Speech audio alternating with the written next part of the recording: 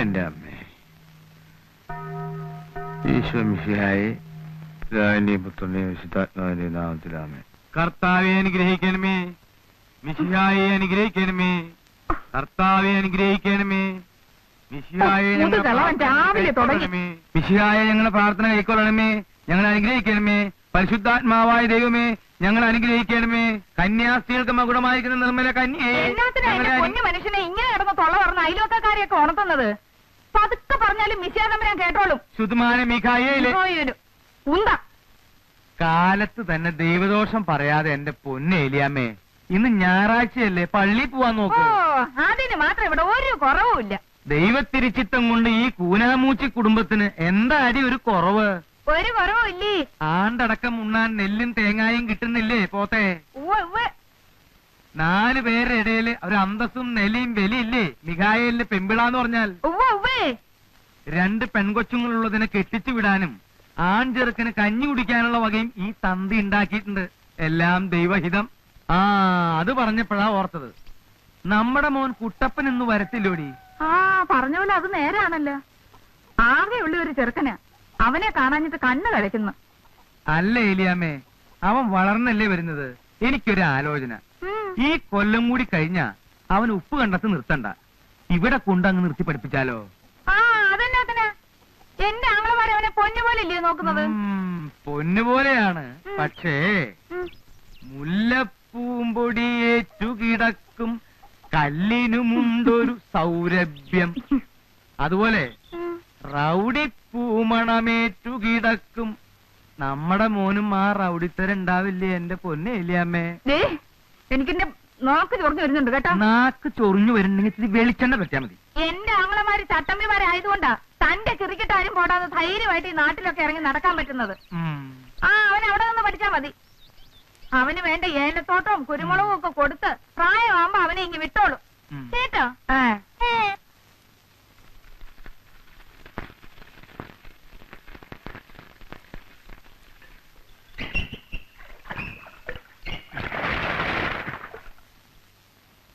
ഒന്നാം കുർബാന കഴിഞ്ഞ് നേരത്തെ ഇങ്ങ് പോരുവോ അതോ? ഇല്ല, ഞാൻ ഉച്ചക്കുർബാന കഴിഞ്ഞുള്ളൂ. കഴിഞ്ഞ ആഴ്ച പള്ളിയോഗം കഴിഞ്ഞ പിന്നെ ആ തേങ്ങാടെ കണക്കിലൊരു കശപിശയുണ്ട്. ഞാനൊന്ന് പറഞ്ഞു ഒതുക്കിയില്ലെങ്കിൽ അതിനടിയാവും. അതെന്നാ ഇടപാടാ? ഇന്ന് അവര് വരത്തില്ലയോ? എവര്?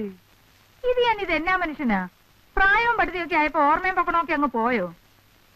നമ്മുടെ മോളിക്കുട്ടിയെ കാണാനേ ആ കൊങ്ങാണ്ടൂർക്കാരൻ ചെറുക്കന്റെ തന്ത വരത്തില്ലയോ, കുഴി കൊച്ച്? പറഞ്ഞതുപോലെ ഞാനതങ്ങ് മറന്നു. അത്രയ്ക്കുണ്ട് പെൺകൊച്ചുങ്ങളെ കെട്ടിച്ചു വിടണമെന്നുള്ള ആലോചന. അപ്പൊ നീ ഒരു കാര്യം ചെയ്യും, മോളിക്കുട്ടിയെ എഴുന്നേൽപ്പിച്ചു വിട്. അവളും കൂടി ഒന്നാം കുർബാനയ്ക്ക് പോരട്ടെ.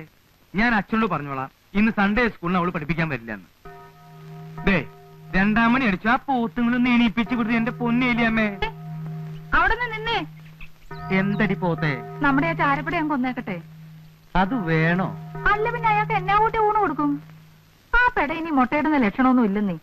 തന്നെ എന്റെ പൊരുന്നയായിട്ട് മാസം 4-5 ആയില്ലയോ, വയസ്സ് 8-10 ആയില്ലയോ കോഴിക്ക്? പറഞ്ഞതുപോലെ അത് നേരാ. കൊന്നേര്. പിന്നെ വേവിക്കുമ്പോ ഇച്ചിരി വിനാഗിരി കൂടുതൽ ഒഴിച്ചോ, ഇല്ലെങ്കിൽ ചിലപ്പോ കുഴി കൊച്ചിന്റെ വെപ്പ് പല്ല് കോഴിക്കാരയിലിരിക്കും. ശരിക്കും ബന്ധോട്ടറി. എടി മോളിക്കുട്ടിയേ, എണീക്കടി. ഒരുത്തിയെന്ന് പെണ്ണ് കാണാൻ വരുന്ന ദിവസമാ. എടി അങ്ങോട്ട് എഴുന്നേക്കാൻ. നേരം വെളുത്തില്ലമ്മച്ചി. പിന്നെ എന്നാത്തിനാണെന്നോ? പള്ളി പോണ്ടായിടി. ഞാനതിന് ഞായറാഴ്ച ഒന്നാം കുർബാനയ്ക്ക് പോവാറില്ലല്ലോ. ഇപ്പൊ ഇതെന്നതാ ഒരു പുതുമ? നിന്നെ കാണാൻ വരത്തില്ലോടി നിന്നെ കെട്ടാൻ പോകുന്ന ചെറുക്കന്റെ തന്ത. കുളിച്ചെഴുന്നേറ്റ് പള്ളി പൊടി ദൈവ വിചാരത്തോടെ. എടി എടി മൂദേവി, എടി സൂസി, എടി എഴുന്നേക്കടി അവിടുന്ന്. സ്ത്രീധനം കൊടുക്കാനോ 10 കാശില്ല. ഇനിയിപ്പോ ദൈവാനുഗ്രഹത്താലേ നിന്റെയൊക്കെ കല്യാണം നടക്കത്തുള്ളൂ. മൂദേവികള് ഇനിയിപ്പൊ എഴുന്നേറ്റ് 1-1.5 മണിക്കൂർ കണ്ണാടിയുടെ മുമ്പിൽ നിന്ന് പൊട്ടും ചാന്തും വാരി തേച്ചെന്നും വെച്ച് ഒരുത്തനും വന്ന് കെട്ടിക്കൊണ്ട് പോകത്തില്ല കേട്ടോ. കുഴി കൊച്ചു നല്ല 1-ാം നമ്പർ അർക്കീസ. കണക്ക് പറഞ്ഞ അയാള് കാശ് വാങ്ങിക്കും. പള്ളിയിൽ ചെന്ന് ഉണ്ണിയേച്ചനോട് മുട്ടിപ്പായി പ്രാർത്ഥിക്കും. അയാൾക്ക് കൂടുതൽ കാശ് ചോദിക്കാൻ തോന്നല്ലേ, അപ്പന്റെ പാങ്ങിന് ഒതുങ്ങിയ മാതിരി ചോദിക്കണേന്ന്. ഈ അമ്മച്ചിയുടെ ഒരു കാര്യം. 4 ഏക്കർ റബ്ബറും 1 ഈടലിന് 600 തേങ്ങായും കിട്ടുന്ന പത്തനംതിട്ടക്കാരൻ പത്രോസ് കുട്ടി എന്നെ പെണ്ണ് കാണാൻ വന്നപ്പോ ഞാൻ കൊടുത്ത കരിപ്പട്ടി കാപ്പി അവല് നനച്ചതും തിന്നും വെച്ച് എന്റെ മുഖത്തോട്ടൊരു നോട്ടം. ഓ, ഇപ്പോഴും എന്റെ ഉള്ളു ധരിച്ചു പോവും. ഇവളുമാരെ പോലെ വല്ലതും ആയിരുന്നോ അന്ന് ഞാൻ കാണാനിരുന്നത്? നല്ല കറുത്തിരണ്ട മുടിയും കരിങ്കൂവള കണ്ണും. കർത്താവേ, എന്റെ കണ്ണും കൂടെ ചെറുതായിപ്പോയി. 17ക്ക് 17 മൽമൽ മുണ്ടും ഒക്കെ കൂടെ ഇടവകയിലൊരു മേളാങ്കം തന്നെയായിരുന്നേ. അന്ന് കരിസ്മാറ്റിക് ധ്യാനിപ്പിക്കാൻ വന്ന കോവേന്ത പട്ടക്കാരൻ കൊച്ചച്ചൻ എന്നതാ പറഞ്ഞ്? നീ ഇങ്ങനെ എന്റെ തൊട്ടു മുമ്പിൽ വന്നു നിന്ന് കയ്യും മെയ്യും മറന്ന് ധ്യാനിക്കല്ലേ എന്റെ പൊന്നെ എലിയാമേ, ഞാൻ പാപിയായി പോവേന്ന്. അങ്ങനെയുള്ള ഞാൻ എവിടെ കിടക്കുന്നു, ഇവളുമാരെവിടെ കിടക്കുന്നു? എന്റെ വിധി എന്റെ മക്കൾക്ക് വരല്ലേന്ന് ഓർത്താ ഞാൻ കർത്താവിനെ കണ്ടാ നല്ല സുന്ദരനാണോ? ചേച്ചിക്കൊന്ന് ആലോചിച്ചാലോ അമ്മച്ചി? പോടി കുരുത്തം കെട്ടോളെ അതേ പ്രസംഗം പറയുന്നു. ആ ചെക്കനെ കണ്ണി പിടിക്കാൻ പ്രാർത്ഥിക്കടി. നേരെ ചേച്ചി, വേഗം പോയി കുളിച്ച് പ്രാർത്ഥിക്ക്. ചേച്ചിയുടെ കെട്ട് കഴിഞ്ഞിട്ടാണല്ലോ എനിക്ക്. എന്നതാ എന്റെ പുന്നാര സൂസിമോൾ, അങ്ങനെ മാത്രം കരുതണ്ട കേട്ടോ. അതെ, പെറ്റ് വീണപ്പോ ഒരു എലിവാല് പോലെ ഉണ്ടായിരുന്നുള്ളൂ നീ. നിലങ്കാര ചുമയും കരപ്പനും വന്ന് ചട്ടുകാലം വൈദ്യം തന്ന മരുന്നും കഷായവും തിന്നിട്ട് ചാവാതെ ചത്ത നിന്നെ നേർന്നാ ഞാൻ ഇവിടം വരെ കൊണ്ട് എത്തിച്ചത്. നിന്നെ ഞാൻ കർമ്മലത്താമടത്തി വിടും. നിന്നെ കെട്ടിക്കുന്ന പ്രശ്നമേ ഇല്ല.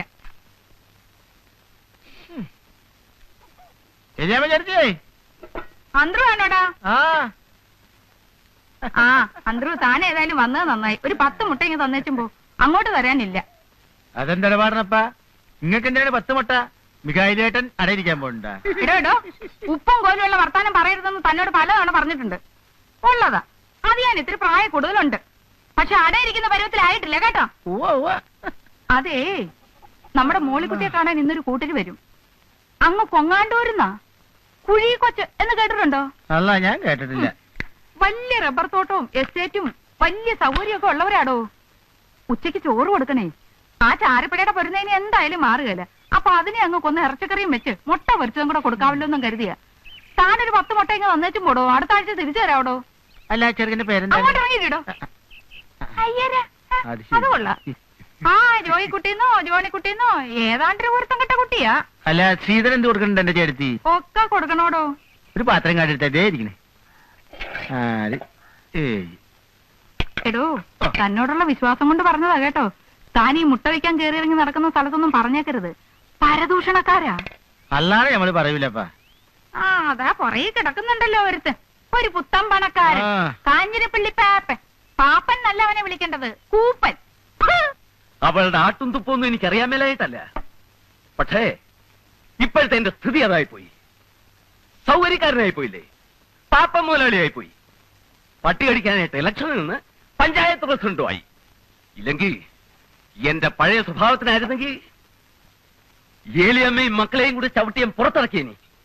ഉള്ളതാപ്പാ, അപ്പന്റെ ഈ മണാഗുണ വർത്തമാനമല്ലാതെ പ്രവൃത്തിയിലൊന്നും കാണാനില്ല. ഒരു ദിവസത്തേക്ക് എന്നെ ഒന്ന് ഫ്രീ ആയിട്ട് വിട്. ആ തള്ളയും മക്കളെയും കൂടെ ചവിട്ടിയെ വഴി ഇറക്കി കാണിച്ചു തരാം. ഒന്നാം തരം ഒരു വീടും ബംഗ്ലാവും കെട്ടിയിട്ട് അതിന്റെ മുമ്പിൽ കുടികിടപ്പുകാരെ പോലെ ഒരു കൂനാമൂച്ചി പെരയും. അതങ്ങോട്ട് തട്ടിപ്പൊളിച്ച് കളഞ്ഞ നമ്മുടെ വീട്ടിന് എന്നാ ഷോ ആയിരിക്കും അപ്പാ പുറത്തുനിന്ന്. അപ്പൻ എന്നാ അത് മനസ്സിലാവാത്തത്? കൊല്ലം 2 ഇറങ്ങിത്തരാൻ പറഞ്ഞിട്ട് പൊന്നും വില കൊടുക്കാമെന്ന് പറഞ്ഞിട്ടും ഇറങ്ങുന്നില്ല. ഇനി അങ്ങോട്ട് ചവിട്ടി ഇറക്കണം. അപ്പനൊന്ന് കണ്ണടയ്ക്കാമോ? ഞാൻ ഇറക്കിത്തരാം. മോനെ ജിമ്മി, നീ നല്ല ജീവനോടിരിക്കുന്നത് കണ്ടിട്ട് കണ്ണടച്ചാൽ മതിയെന്ന് ഈ അപ്പനുണ്ട്. വളരെ കഷ്ടപ്പെട്ട ആ തള്ളയില്ലാത്ത നിന്നെയും ഈ കുഞ്ഞിനെയും ഞാൻ വളർത്തി ഈ നിലയിലാക്കിയത്. ആ ഏലിയാമ്മയുടെ ആങ്ങളമാരുണ്ടല്ലോ, ഗജപോക്രികള്, ഉപ്പുകണ്ടം ചട്ടപ്പിമാര്, അവരെ നീ തല്ലിയിറക്കും. അവന്മാര് വന്ന് നിന്നെ എടുത്തിട്ട് മെതിക്കും. എന്റെ പൊന്നപ്പാ, അതൊക്കെ പിച്ചാത്തിയും വെട്ടുകത്തിയും കേസാ. ഞാനേ തോക്കെടുക്കും, തോക്ക്. ആ, തോക്കും വെടിയുണ്ടൊന്നും വേണ്ട. ഇന്ന് വികാരി അച്ഛൻ ഒരു കോംപ്രമൈസ് വെച്ചിട്ടുണ്ട്. നോക്കട്ടെ എന്താവുന്നു.